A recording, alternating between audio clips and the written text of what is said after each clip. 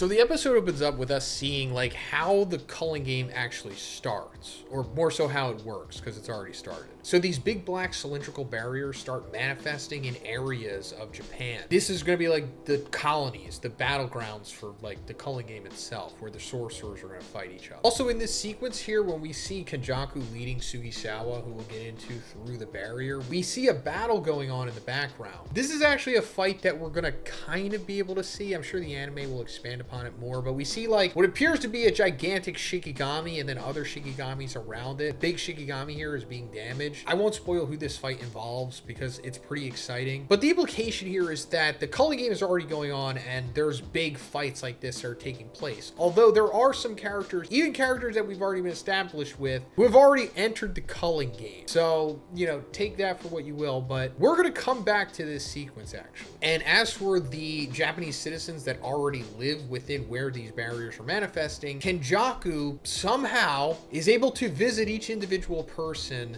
in what he says is the area between dreams and reality or whatever, and he gives them the option of leaving before the culling game starts, which is pretty cool actually. It shows that Kenjaku, yeah, sure, he's like a psychopath more or less, but he does have some ethics, I guess. Even though, you know, his ultimate goal is to just end everyone in Japan anyway, I guess he's going to give them a chance to just live their lives before that. But the person that we see him visiting here to like allow them to leave is actually the girl from the very first episode, which is why he says to her, you know, thank you for being friends with my son. You know, his son YUJI, literally his son. We found out that Kenjaku took over the body of Yuji's mom and then gave birth to him. Actually, that was all so that Yuji could participate in the culling games as a vessel for Sukuna. So then we're picking up from the end of the previous episode with Yuji, Hikari, Megumi, and the rest of them all talking about what's going on with the culling game. Hikari's finding out that Gojo did actually get sealed and that Principal Yaga was killed. So after that, he decides, yep, I'll help you guys with the culling game. But also in return, he wants them to like help him get legislation changed so that he can just keep running his illegal gambling ring with, you know, jujutsu aspects to it, because I don't know, he just loves the passion and gambling, whatever. But it's quid pro quo. You know, there has to be some incentive for Hikari to risk his life here. And then, as we saw at the end of the previous episode, the Kogani pops up and lets them know that a rule has been added so that they can view information on the players in the game. This was added by Kashima, one of the reincarnated sorcerers from 400 years ago. So now that they're aware of this rule, they use it to pull up the chart of the players, and they're able to see who has like the most points. So now they're trying to track down the players who have over 100 points so that they can go to them and try to convince them to give them their points or use their points to make new rules that will benefit them. And this is all as a way to get Megumi's sister Sumiki out of the game. So their plan is to have a person with 100 points make a rule so that points can be traded between players, because there's another rule that says if your points don't change within a certain amount of days, you'll essentially die. So that way, you know, points will change, won't lead to stagnation, and no one will die because of that, because they don't know how long it's going to take to get all of this stuff done. Then they want to get another 100 points so that they can make a rule so that players can leave the culling game. Now also, Hikari points out that that would essentially break the game because the game has to keep going. So they say that, you know, they'll add like a contingency as to where someone will have to replace them in the game so that someone can leave. This is all just a way to get Megumi's sister Sumiki out of the game. And in order to do this, they're going to track down the two highest point players in the game. One, Kashimo, that guy we saw at the end of the previous episode, and then this other guy, Higuruma, who we don't really know much about yet. They're also trying to find a third person by the name of Angel. This character was mentioned by Tengen back in episode 3 because their curse technique essentially undoes curse techniques. So they're going to be able to use her ability on the prison realm to free Gojo. So she's one of the most important pieces of this puzzle, but they don't know where she is and they don't know what she looks like, although they say when they see her it'll be obvious because, you know, looks like a freaking angel.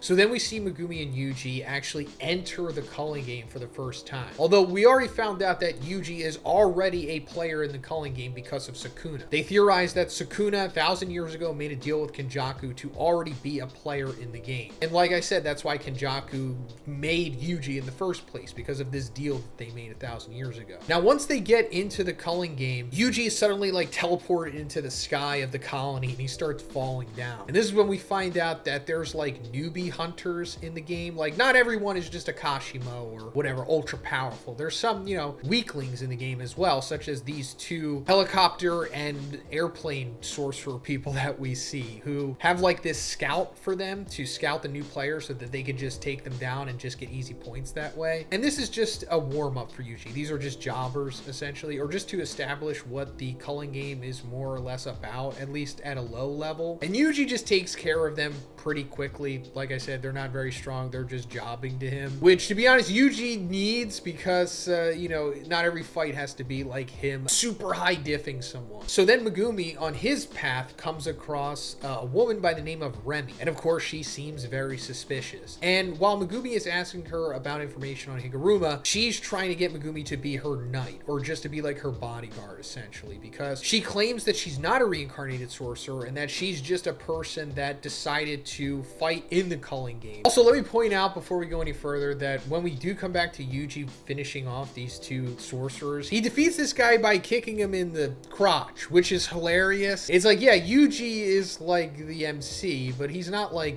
Deku or Tanjiro. Like, he'll kick somebody in the crotch, even though I'm pretty sure this is the only time he ever does something like this in the series. And it makes you wonder, like, how many fights could just be settled like this? You know, like, what if YUJI just kicked Sukuna in the nuts? You know, would that like do something? Or maybe Sukuna has like a nut barrier technique that he hasn't used since the Heian era. I don't know why I'm even saying that. That's probably gonna fall flat on a lot of you, considering you're not gonna understand that joke for at least another 4 years, 5 years maybe. But after YUJI takes care of this guy, he encounters Rin Amai, who was the lookout for them. And it turns out that Amai knows YUJI from his middle school days because, you know, he was such a beast. He was like casually breaking world records in the first episode, as we saw. And this guy seems that he genuinely wants to help YUJI find Higuruma because he has information on him.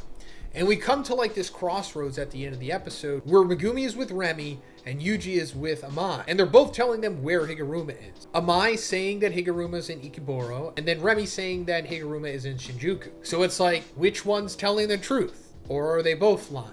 Or is one lying and one isn't? And, I mean, just, you can decide for yourself, like, which one is genuinely suspicious. And obviously, it's Remy. And if you go off of the intro, you can see that Remy is working with other sorcerers. I mean, is it a spoiler for me pointing that out? I mean, it's right there.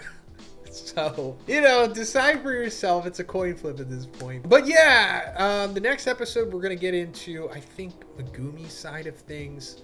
I could be wrong about that, but also there's a break next week, which fine by me. Let me know what you thought about this episode in the comments, guys. If you liked it, please give it a like and please subscribe if you haven't already. Have a great day, and I'll see you in the next one.